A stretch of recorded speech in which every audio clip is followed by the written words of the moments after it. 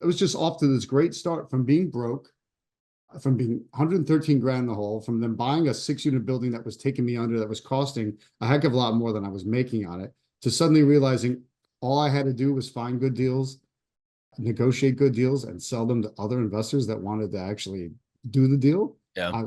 I'm in heaven. If you're a real estate agent earning $200,000 a year and you want to grow your passive income, this show is for you. Learn secrets other agents use and hear from experts in our field who will guide you on your journey to investing in assets like apartment communities, so you can take your commissions and turn them into cash flow. Here's your host, Randall. Let's dive in. Hey, welcome back. Today we have the one and only Mr. Tom Zeeb. He's the president of Traction REI, Real Estate Investor Association. He's a speaker, an entrepreneur, and host of the Art and Science of Real Estate Negotiation podcast. We have a great conversation. We're talking about negotiating with sellers, how he's targeting sellers for his wholesale business, how he got into real estate in general, and just some of the tactics that he uses. So you're going to get something out of the show if you are looking at some negotiating tactics. We talk about how, as an agent, you can work with investors, which is something you should be doing or should consider doing if you're looking for a niche. So you're going to get something out of the show. Please go on, rate and review wherever you are. Helps us out a ton with the reach, with the guests that we get on the show and all of that. As a reminder, we have the RAM Capital Fund that we are raising capital for. We are buying single-family houses or creating notes in the Texas market, and you can earn up to a 10% return on your money for investing in that fund with us. Check it out at the link in the show notes, and let's jump in. Here we go. All right, Tom, it's good to have you on the show. Welcome in. I wanted to get started. I know that you have some whitewater rafting experience in your background, man. So I always like talking about sports and that sort of thing. So what happened? You had this crazy accident and then something got you into real estate from there. Like, give me the breakdown. Like what actually went on there?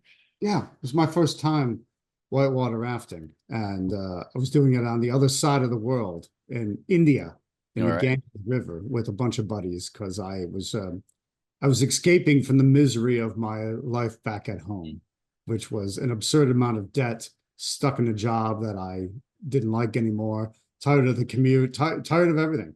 And yet, what am I supposed to do? Because I'm saddled down by the debt. So I just, escape for 2 weeks, take my vacation, spend money I didn't really have, put it on credit cards, and go whitewater rafting with a bunch of buddies.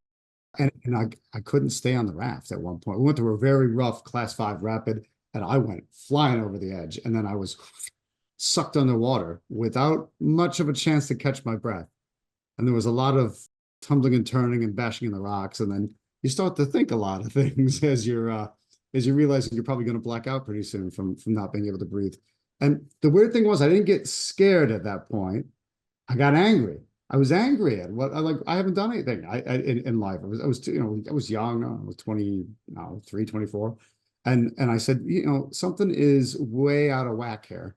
And I got to fix it. If I get out of this, I'm going to fix it. I'm going to pay off my debt. I'm going to make a change. I'm going to get out of the corporate job I don't like. I'm going to all of this. But the thing was, I had no idea how to do that.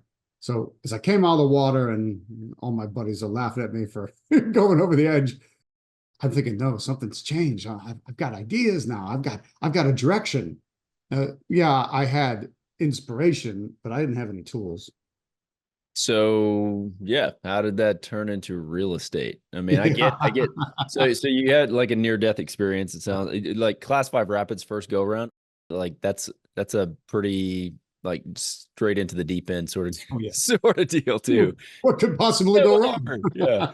I mean, that's wild. We're just looking at going to Colorado to do some of that ourselves. So, but I don't think it's class 5. But that's fine. Yeah.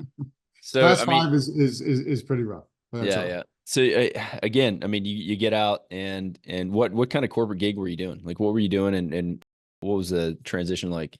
I was living in Washington, D.C. So the job was a cross between IT and politics. We did software for lobbyists or government affairs divisions of corporations. Okay. All right.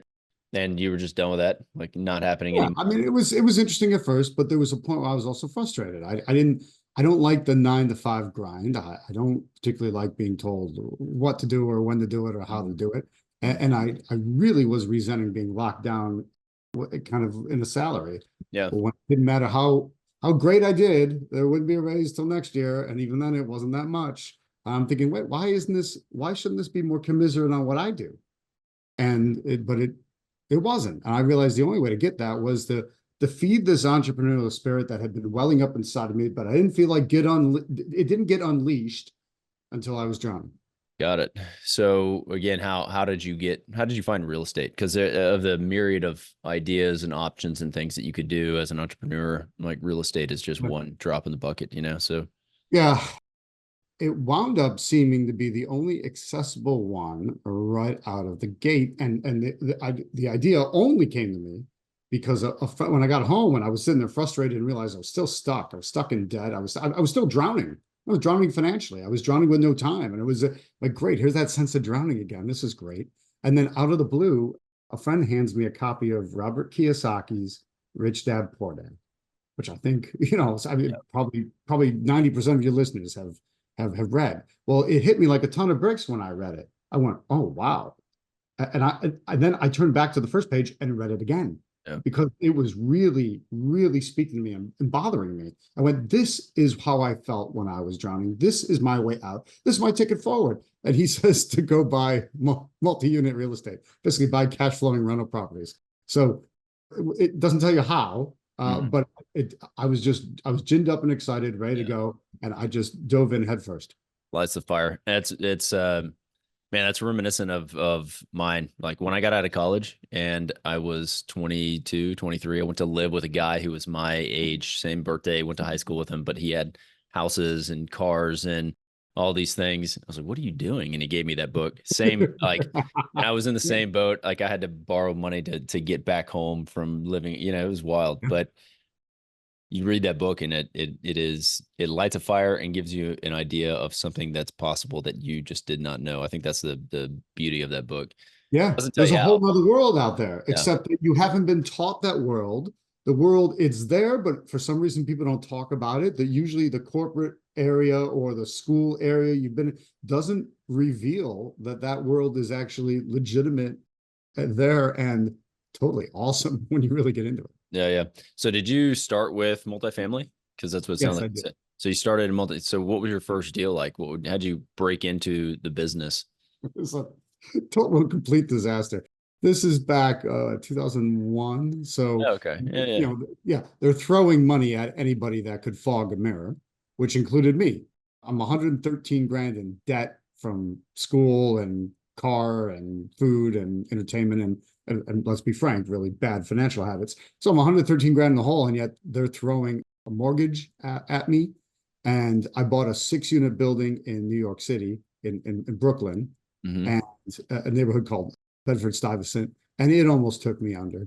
Yeah. I was drowning yet again. This like drowning motif keeps coming back and back. It was bad because I didn't know how to do anything. I just knew I was supposed to buy. Hey, if you just buy real estate, everything is going to work out great. Well, it wasn't working out so great. I had 6 professional tenants that weren't paying a dime, but the bank didn't care. I still had to pay them. Yeah.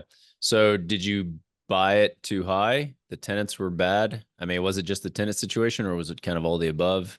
Yeah, price was probably about fine. The tenants were bad. The tenants were my due diligence, which should have discovered that nobody was actually paying. It doesn't matter what the rent roll should have been. It only matters what it actually was. I missed all of that because I was a total rookie, a young kid that knew nothing. Yeah.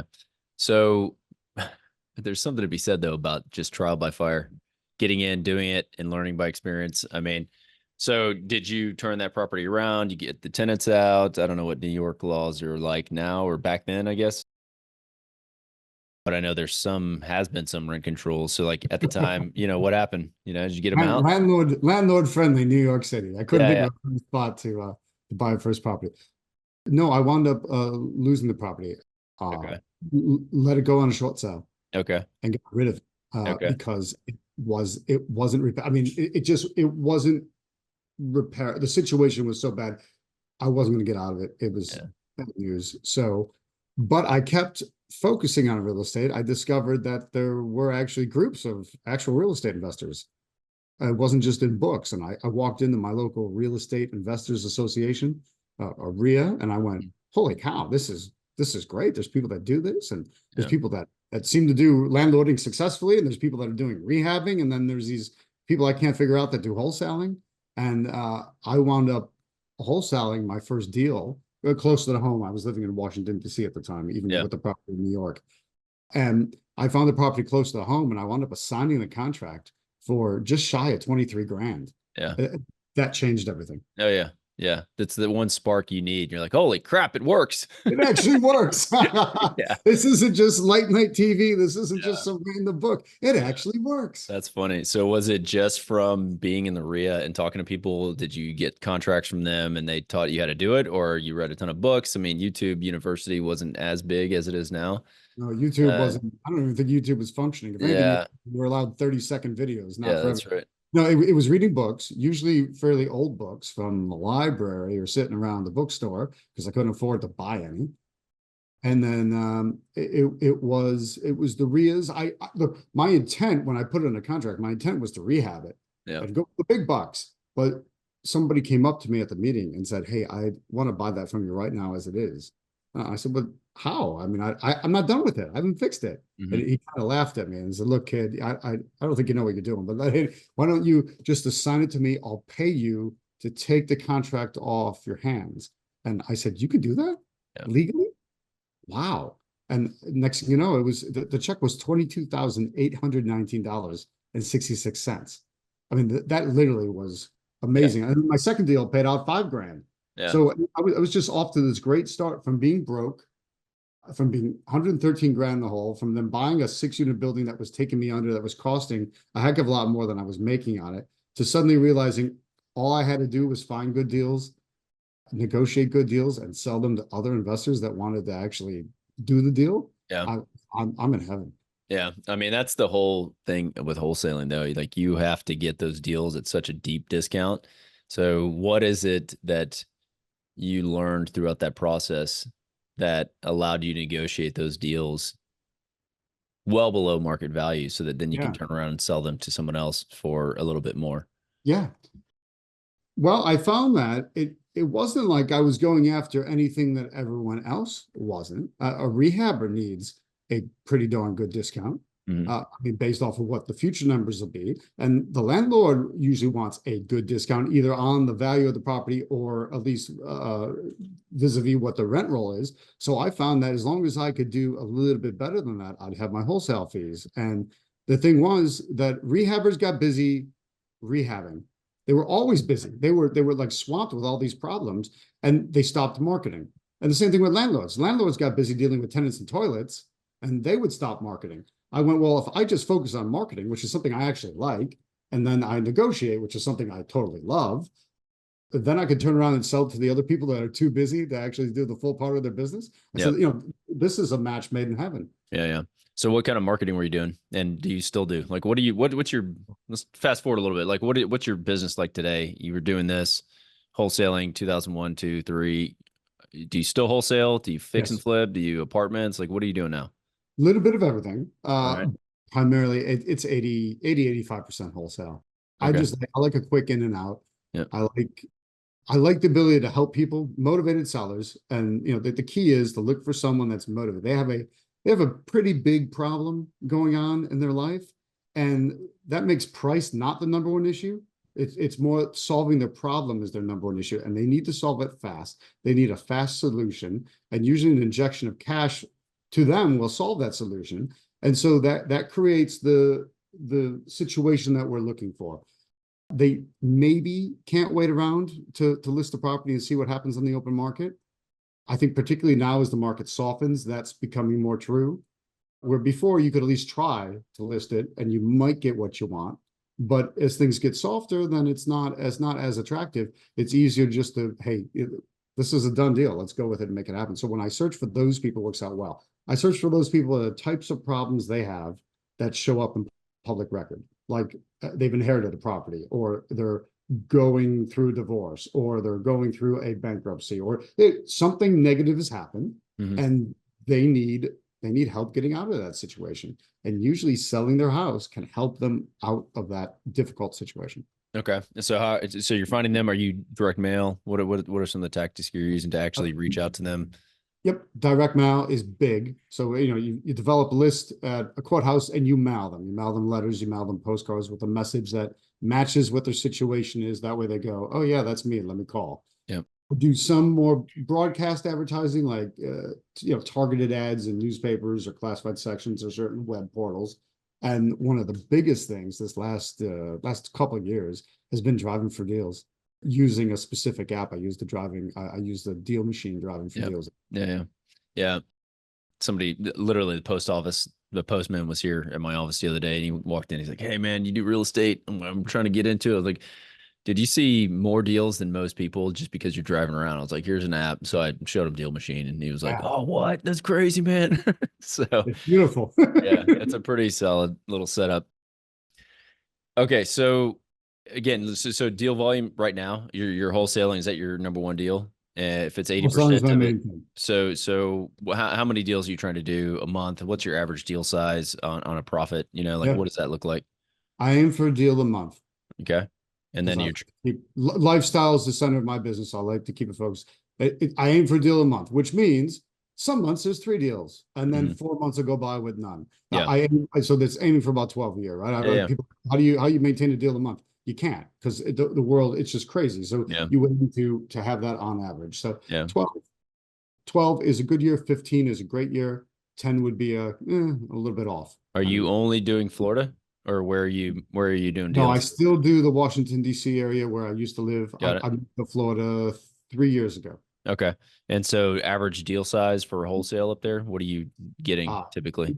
DC area has been higher. DC area, I'll usually get between 20 and 25,000 wholesale. Okay. Florida, I've been more in the 10 to 12 range. Okay. Yeah. It's interesting because we got out of wholesaling a while back, and then I started buying deals from wholesalers recently just because, we're doing an owner finance exit. And so seeing the spreads back in the day, I was always tracking it, seeing what they were getting, and they got up to 85%, sometimes 90% ARV, because you had all these iBuyers coming in and all kinds of stuff happening, And now I think the prices are softening. I don't know what you're seeing, but it definitely seems like prices on the back end of the retail flips are actually coming down, and there's a lot of inventory on the market from retail flips. And so my pricing has gone even lower. So again, I don't know what you're seeing on the actual sales side when you're wholesaling these things. What's your target in that area? Are you selling 70% deals, or are you guys still a little bit higher? I try to aim right for at 70, because when the market's hotter, people would slide up to 72, 73, 75. But as it cools, they tend to want to tighten the belt, and you're dipping into the high 60s. So I'm aiming for around 70 if it's justifiable. But yeah, when I look at the slowness of the market, and when I look at the listings that I have tracked that come back as price reduce, I go, okay, I'm not going to be trying to hit above 70% for a while until that balances out, because people get nervous. Yeah, I agree, and I think you'll move your properties or keep your investors happier with that. So we have a lot of agents that listen. What are some of the things? How can an agent work with an investor or wholesaler, and what are some tactics, I guess, that they could use when working with? And I know are you the president of REIA?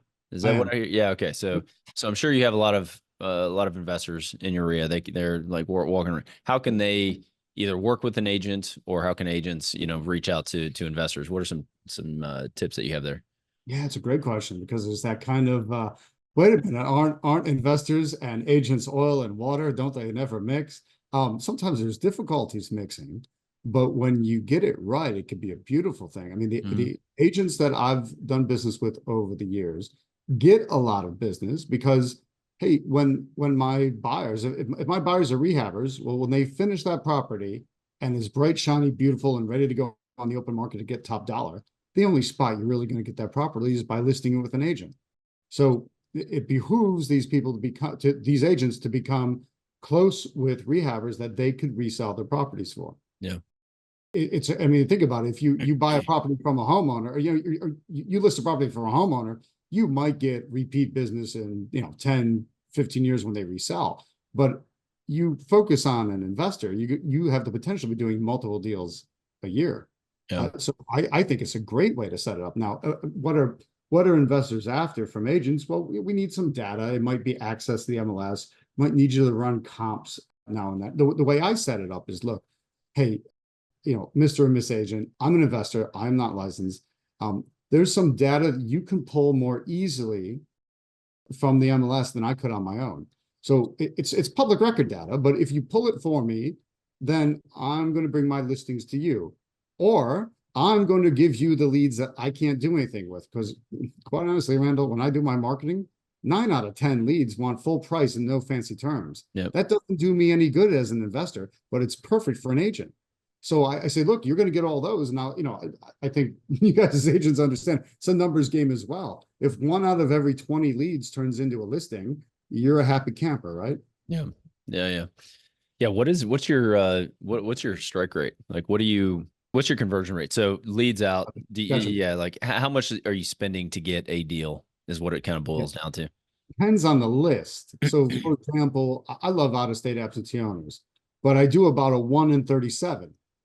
Yeah. Where when I get the probate, I'm more a 1 in 11, 1 in 12, but there's not as many of those. Yep. So it could take you longer. So that's why I like to, the striker rate, as you call it, is based on kind of what type of list am I after? Some are more motivated than others. Internet leads, I fly up into around 1 in 63. So internet leads are not as high quality for me, which means I try to not tighten the belt, but tighten the filter on it so that less leads come through, because otherwise I'm wasting a lot of time sorting, sifting, and separating through all those leads to get to the one good one. Yeah, that makes sense. Yeah, so the number one lead source for you right now, is it direct mail? Is it calling? You doing any cold calling? You got any? I don't love cold calling. Okay. We do a little bit of it. I don't personally. I have some students do it. Particularly if they need that kind of baptism by fire to get really good at the phone. But it tires you out. So I'd rather have warm calling, like mix the calling in with the direct mail. So my number one sources are direct mail, letters, postcards, tied with Deal Machine. Yeah. Oh, Deal Machine. Okay. So do you just give access to a bunch of people? And you're like, hey, I have a bunch of minions running around getting Deal Machine on their phone, sending leads that come back to you, like the mailman, or like, or how do you set that up? Yeah, mailmen are great bird dogs like that. Yep. If you have any sort of bird dog teams, it's perfect for that. Otherwise, my students, I don't have them send me the leads. I let them work on them themselves. I'm big on, like, just philosophically, I'd rather teach you how to fish rather than just throw fish at you, because then you can actually go off on your own and be fine. So I'm like, hey, set up your Deal Machine, set up your direct mail. And I show them exactly what to do, give them all the materials and the messaging that connects, the letters, the postcards, customize them out, their name, their phone number, get it out there. And now let's deal with what comes back. Because once they're trained how to do it, they're good as gold. They're good forever. I don't want them needing me over time. Yeah. Let's talk specifics on marketing then, because I like, copywriting and knowing what type of piece to send. You mentioned that you're doing some probate. So is that typically a letter and in a number 10 envelope, handwritten? Like, what are you doing? Like, what's some of the nitty gritty tactics that you got that work? That was a yes, a no, and a kind of. So is it a letter? Yes, it is a letter, because probate means somebody died. So it's a little more gentle to put in a letter than splash it out on a postcard. It just feels. No, it's not a number 10 envelope. And if people aren't aware of what that is, everyone knows what it is. They just may not know the name. Just that standard rectangular envelope. Now, that's kind of boring and blends in. So I encourage people to go get a different size and shape envelope, usually more square. So it looks like an invitation or a condolence card or a wedding announcement or graduation, whatever. So that way it stands out a little bit, and to not have it be plain white, get that in a color. And then with handwriting, I said that was the kind of maybe. Handwriting will stand out. It does help to get your letter opened. I just don't think you necessarily need to be handwriting them yourself. There are enough really good handwriting fonts, so you can just still mail merge it and run it through your printer. And if you take a handwriting font on blue ink, it looks pretty darn good. Yeah. Good call. I like that response because at number 10 looks like a bill. Like if Yes, you're it does. sending that out, it's the standard bill size. And so the negative connotation already associated with getting that letter Yes. as a recipient, you're like, oh God, what is this? So, all right. So that's some good advice there too. So, are you doing this? Do you have a mail house or do you do this at your house and you're just like, okay, I'm going to send out because you're not dumping like hundreds of thousands of mailers at a time. Speaking of the mailman, there he is. Yeah, There he is. Come yeah. Got any deals, man? Yeah. No, with it's, I mean, in the very early days, I would address everything, stamp everything, just envelopes, right? But no, I do it all through mail shops now. Yeah. I want it easy. I want it done. It's easy to repeat. Just, design what goes on the postcard, upload the list, pop in my credit card number, click send, it's done. It's much better that way. Yeah. If you're not using a mail house, if you're trying to do a lot of direct mail and you're not using a mail house, like you should reconsider. There's a number of them around the country that you can get a super low rate for sending out a lot of postcards. So, all right, let's talk a little bit about just negotiating in general. I know that that's a big thing for you. And so when you're going out and you're having these conversations with sellers, are you the one that's having the conversation still? Do you have a team that is talking to the sellers? Like how does that look before we dive into this? Yeah, combination. So it kind of depends how the lead came in. I want to get on the phone and actually negotiate with someone once they've kind of passed the initial test to see how they, are they at least, they have an outboard chance of becoming a positive deal. Fine. I want to talk to them because talking to me builds rapport. Like there's rapport being built between you and me right now. There's rapport being built between both of us and your listeners, purely from the fact that you're spending time listening to somebody. So that's an important part of the process. So yeah, I want to have the secretary that answers the phone get some basic questions as a screen, but I don't want the rapport built with her. I want it built with me. So it's the same thing if you're using a call center or something else to answer your calls. I don't want a lot of rapport built with them. I want them to be more of a gatekeeper. But once it pops through to me, I've got to spend the time talking to somebody because that conversion is going to happen in the conversation. Yeah. So when for your flow, when do they actually get through the gatekeeper to you? Like, what is your trigger that it's like, oh, I'm interested, or is it, hey, they gave me a price, or what's the trigger? That I've seen some movement that shows some degree of motivation and flexibility. So, maybe they've been asked primarily, how much are you asking for the property? How long you've been trying to sell it? What do you think it's worth? And if there's movement on those numbers and the answers to those questions, I start to get a sense of this person's got a little bit of a soft bottom. I can move this further down by applying some good negotiation skills. Yeah. It's not just a give me my number type of person, right? Yeah, I mean, if I asked you how much you asking for the property, 300,000. Okay, what do you think it's worth? 300,000.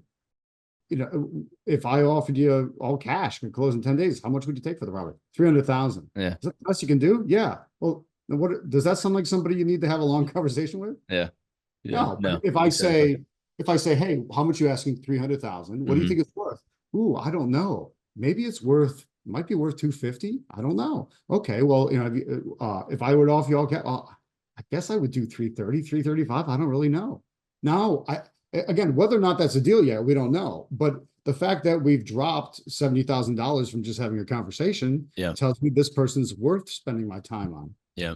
So on a purely nitty-gritty tactics, how-to sort of logistics, are you getting a transcript of that conversation? Are you listening to the recording, or are you just looking at whatever is in your CRM that your secretary typed in? Yeah. Like how do you guys answer the phone is give me the brief questions either via email or CRM. And I know from looking at that. So I'm looking at it in the summary, basically. Got it. Okay. Now I know how I'm going to approach it when I call back and really engage the person. Yeah. No, I just didn't know if you were, sorry, go ahead. In the conversation or in the negotiation. Yeah. I just didn't know if you would listen to the conversation to get their tone and see how they responded to those things, because that's even diving a little bit deeper, but yeah, I don't, mostly out of time. I mean, Yeah. rather than just I'm going to call it, as long as I look at that executive summary and go, there might be something here. I'm going to generally be re-asking those same questions anyway, Yeah. and start to move around. So Yeah. I'll get the sense of their tone in the moment when I'm on the phone with them. Yeah, because that's huge. And so, okay, let's talk about when you're on the phone, and what are some of the negotiation tactics that you use in order to drive that price to where you need it to be. Before you get to that, actually, are you researching the property prior to you having this conversation? Or is it like, hey, I know that the ARV is 200 and I have to be minimum 100,000 purchase? Where are you in the process? If I have the address, I'll take a quick peek and a real quick look at comps if I'm not familiar with the area. I don't want to spend too much time on it, because if I spend 20, 25 minutes, half hour researching the property, and then I call them, and within 30 seconds that conversation is dead, I just lost a half hour of my life that I'll never get back. I'd rather have a conversation with them first, and then if it's still a live one and still looking good, now I'll bother to put the time in the comps and put the effort into doing a little deeper. Yeah. No, I just think it's important to know that, for if you're listening and you spend a ton of time researching, you are going to be wasting a lot of your time, right? Yes. Just pick up the phone and call them, and then you'll find out a lot more. Okay. So now you're on the phone with them, and you don't know the ARV, you don't know anything really about the property, but you're just trying to know the person, right? So tell me some of the things that you do, some of the conversation starters, or whatever it is. How does that phone call go so that you're getting to the information you need? Main thing I'm after is, are they flexible? Are they motivated, and are they flexible on the price? So I'm starting to test for that almost immediately. I'll build a rapport at the beginning by asking some basic questions. Hey, tell me about the property. How many bedrooms, how many baths? That's a real soft question. No one's going to be offended by that. Then, hey, so why are you selling it? And maybe they open up a little bit about their situation, and you can keep kind of peeling off another layer of the onion and going deeper. Maybe the person gets avoids the pain of that and jumps over to more numerics, or talk more about the situation, the condition of the property. Okay, fine. But eventually I'm going to start asking some specific things. So when I ask them for asking price, no matter what they say, I flinch. So on the phone, I'll make some noise on the phone. So Randall, say a number. 200,000. Woo, 200,000. Woo. Yeah. Right. I act visibly or audibly disturbed by that number. And that initially sets their mind going, oh, wow, did I do something wrong? He doesn't like my number. Must not be right. That must not be good. So I'm already putting some downward pressure on the price. Then I'm going to aim for what I want versus what they said. So let's say I have an inkling of an idea of what I think it's worth, but we tend to meet in the middle. Right? That's just a standard thing. People meet in the middle. So what I want to do is engineer where the middle is, so that the middle is exactly where I need it to be. That technique is called bracketing. So if I ask them how much, and they say 300,000, well, let's say I need it at 250. So they're $50,000 high. So to make 250 my target, the middle, I have to go the same distance lower. So if they're 50 high, I've got to go 50,000 lower. So if they say 300, I've got to start at 200 to move towards the middle, where everything seems to feel fair and it comes across as fair. Except that, wait a minute, that just feels like spitballing. They say 300, you say 200. So I would never offer 200,000. Instead, I use another technique called specific numbers, and I would offer something like 203,579. Because now they stop and go, oh, what's going on there? Like, how does that number sound to you? 203,579. Sounds a little low. Sounds a little low, Tom. I don't know. It's weird. Yeah. How'd you come up with that number? It's weird. How'd you come up with that number? Like, you're curious. It also means, he didn't just throw a number out there. It sounds like he actually thought about this number. He scientifically calculated that number. He must be doing some sort of math and some sort of spreadsheet, where honestly, I just threw the number out there because I like uneven specific numbers, but it makes people think that they're scientifically calculated. And that's important when it comes down to it. It's funny, I was doing a deal through an agent, and a lot of times I have agents tell me, they're like, oh, don't do any of that silly negotiation stuff. That doesn't work. Agents don't like that kind of thing. I said, it does work, and we are going to do it. So if you want to work with me, then you have to, because I find myself, I'm not the one saying it. If I'm working through an agent, I'm kind of pulling the strings, and the agent is saying the things. And I put an offer out, ending in my classic 579, and the agent goes, "How'd you come up with that?" I mean, she basically flinched herself. How am I going to explain that to them? Why would the seller take that? I mean, that's just, I'll tell him you're in the numerology. I said, "Oh, no. Don't tell them I'm in the numerology," because I had looked up who the actual owner was. I said, they're going to think I'm flaky. No offense to anyone else, but it didn't fit the personality types. I said, no, tell him I'm obsessive compulsive, and Matt, I'm really exact with my numbers and my math, because I want to see what the response is. And I said, look, I'm not asking you to do anything wrong, but I am asking you to do this and put the number across just like I stated, because I want to see what happens. And sure enough, they had that kind of, what the hell is that? Well, that's a weird number. And then the price dropped. So I'm like, see, it works. You just have to do so. Those three I use in almost everything. I start by flinching at their number. I bracket to create a distance so I can pull them down to the middle, which is engineering where I want to be. And then I throw out a specific number to really get them to think that I've put some time and effort into it. Yeah. Anchoring at the lower. Yeah, exactly. And then building your case as to why, or letting them sell themselves on lower. Which way do you typically go? Do they say the number, or do you get to a point where it's like, hey guys, let's just make this deal happen at 250? Like, what is? Sure. I will still try to, you get down, if you get to an impasse at some point, let's say we're not quite at 250 yet. Let's say I'm at 260. I've got them up to 240. We're still not there yet. I could offer to split the difference, except that's not usually very wise, because if I offer to split the difference and they say yes, then I won. And one of the negotiation principles that I like to live by is always let the other side feel like they won. I want them to feel like they're the winner. I know I'm going to win, so it's fine either way. But I say, so I instead, I would try to convince them to ask me to meet them in the middle, to ask me to split the difference and go to that 250. So that's usually a conversation, something like, gosh, Randall, you're at 240. I'm at 260. We've come so far. Is there anything we can do? We're so close. Be ashamed to have come this far and not be able to do a deal together. And then you go, oh, well, I guess I'll meet you in the middle. I'll say the middle. Oh, you mean like 250? And then I flinch again, because these are all stackable.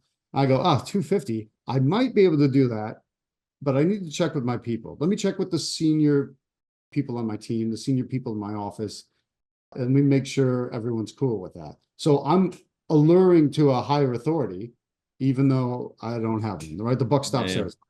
But I don't want anyone to know that. I want them to feel more comfortable, and it keeps me, I'm in the client facing position. So I get to be the good guy, and I can make the higher authority the bad guy. Yeah. Okay. So when, do you have any data that shows like what you've been able to negotiate down? I guess that's a really strange, like, it's not something that I've ever tracked, but I was going to say, I'm not that exact of a tracker. I'm like, I get great drops all the time. I mean, it's not uncommon to, like, even taking the same kind of scenario. Someone's asking 300, I'll finish at 225 or 235. It's not uncommon to take a $600,000 initial ask and wind up, nailing that for 450, 475. It's usually there's enough of these spreads in there. And sometimes look, my biggest spread I've ever created was 65,188 from just the basic negotiation skills. But that was an older woman. She was basically preparing to die, making sure she was taking care of her estate and getting everything off the plate so she didn't create a headache for her family.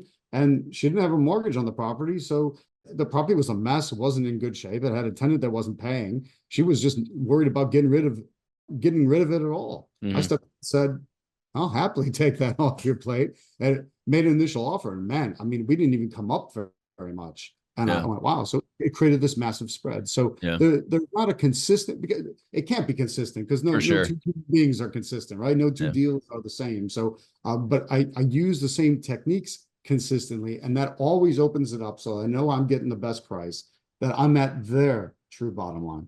So then let's take it to the other side. You're selling to a guy like me. You just, I'm the rehabber flipper. What kind of tactics are you using on me to get the highest price possible? Yeah, I know that you are a professional in the business and you're every bit into the numbers as I am. So one of the main things I'm going to do is back up everything I say. Because if you try coming at me saying, "Oh, I don't think the after repair value is really that," I'm going to have my comps really solid and ready to go to say, "No, it is." If you say, "Oh, the repair estimate isn't going to be, it's not that low," I'm going to say, "Yes, it is," and be very detailed about it. So I'll be pretty clinical on the buyer side, because my main thing is I'm putting it out there where it works for the buyer, where they want to buy at, and I know how much I have it for, which I do not reveal to them at first. Mm-hmm. So I choose a buyer, and then when they sign the contract, they find out everything. But it's only the one that I actually choose, the only person that I actually choose. But I want to make sure generally that I'm backing up everything that I say with facts, with the power of the printed word as much as possible. So that's realtor comps from the MLS, and that's a lot of photos of the property with an estimate that matches and makes sense for what that repair is going to be. Yeah, that makes sense. So do you have you noticed, just in general then, on your wholesales recently, have you had to discount some of your prices because the market is different than 21, 22, 23? What's the story? There's been a little softness. Yep. And so there's been buyer nervousness about what's their outsell price going to be. Mm-hmm. And I will still back that with as solid comps as I can get. But when you're trying to keep your comps within the last few months, and suddenly everything's slowed down, and every month that goes by, there's less and less in that mix, that's difficult. So sometimes, I've got to pull the number down, and I'm okay to tighten my belt if that makes sense. I'm also okay, if I need to go back to the seller and say, we need to renegotiate this. Yeah. How does that conversation go? Well, usually at the beginning, it goes over like a lead balloon. Nobody likes that. Hey, Tom, you told me this was the price. I said, I know. And I'm stuck right now because all of my people have looked at it. Again, I kind of blame my higher authority. All the investors on my team are looking at it, but man, the market's softening. I don't know if you've read the newspaper at all, and I could pull out those clips about everything softening and the sky is falling. I said, so we're kind of caught in that right now. Here's what I think I can move it for. So here's what I need you to come down to, and then we renegotiate it. It's an awkward, horrible conversation. Yeah. Usually doesn't go down on the first try.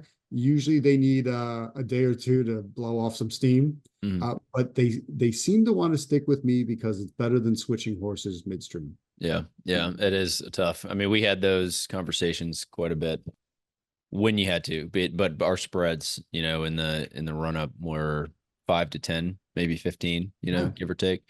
So anything that gets the deal done and the seller on their way gets them a sale, even if you're having to squeeze like you said, tighten your belt a little bit. Yeah, I'll do it if I have to. But meanwhile, the same technique I'm using with the buyers, that kind of power the printed word, making sure they see what the facts are.